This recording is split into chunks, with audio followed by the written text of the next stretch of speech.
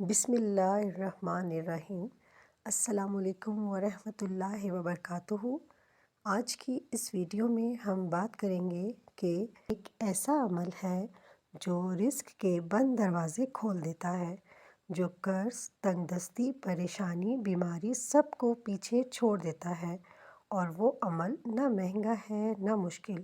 وہ عمل ہے استغفار۔ اگر آج آپ کی زندگی میں رزق رکا ہوا ہے، دل بے سکون ہے، یا کوئی حاجت پوری نہیں ہو رہی، تو یہ ویڈیو آخر تک ضرور سنیں، کیونکہ یہ ویڈیو آپ کی تقدیر کا رخ بدل سکتی ہے۔ قرآن کی روشنی میں استغفار کی طاقت کیا ہے، دیکھیے۔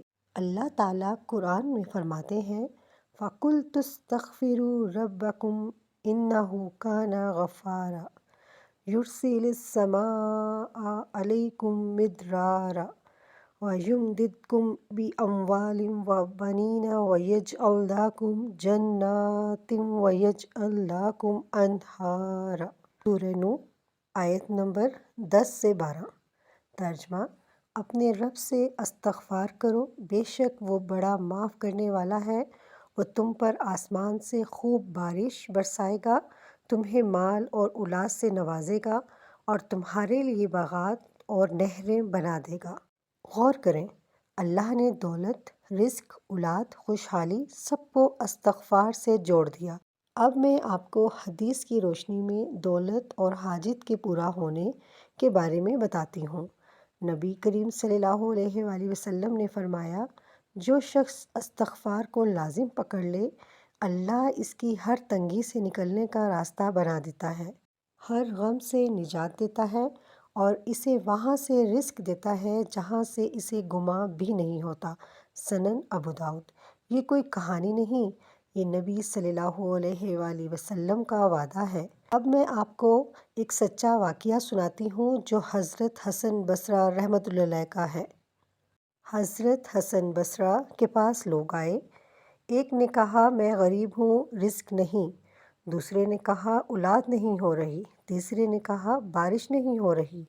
حضرت حسن بصری نے سب کو ایک ہی جواب دیا، استغفار کرو۔ لوگ حیران ہوئے، پوچھا، آپ ہر مسئلے کا ایک ہی حل کیوں بتاتے ہیں؟ فرمایا، میں نے یہ قرآن سے سیکھا ہے۔ استغفار صرف الفاظ نہیں ہے، یہ یاد رکھیں۔ استغفار صرف زبان کا ذکر نہیں، یہ دل کی توبہ ہے۔ جب بندہ کہتا ہے استغفر اللہ اور دل سے شرمندہ ہوتا ہے، تو اللہ اس کے ماضی کو مٹا دیتا ہے اور مستقبل سنوار دیتا ہے۔ استغفار کا طاقتور وظیفہ یہ ہے۔ وظیفہ: روزانہ 100 مرتبہ یا 300 مرتبہ یہ پڑھیں، استغفر اللہ ربی من کل ذنب واتوب الیہ۔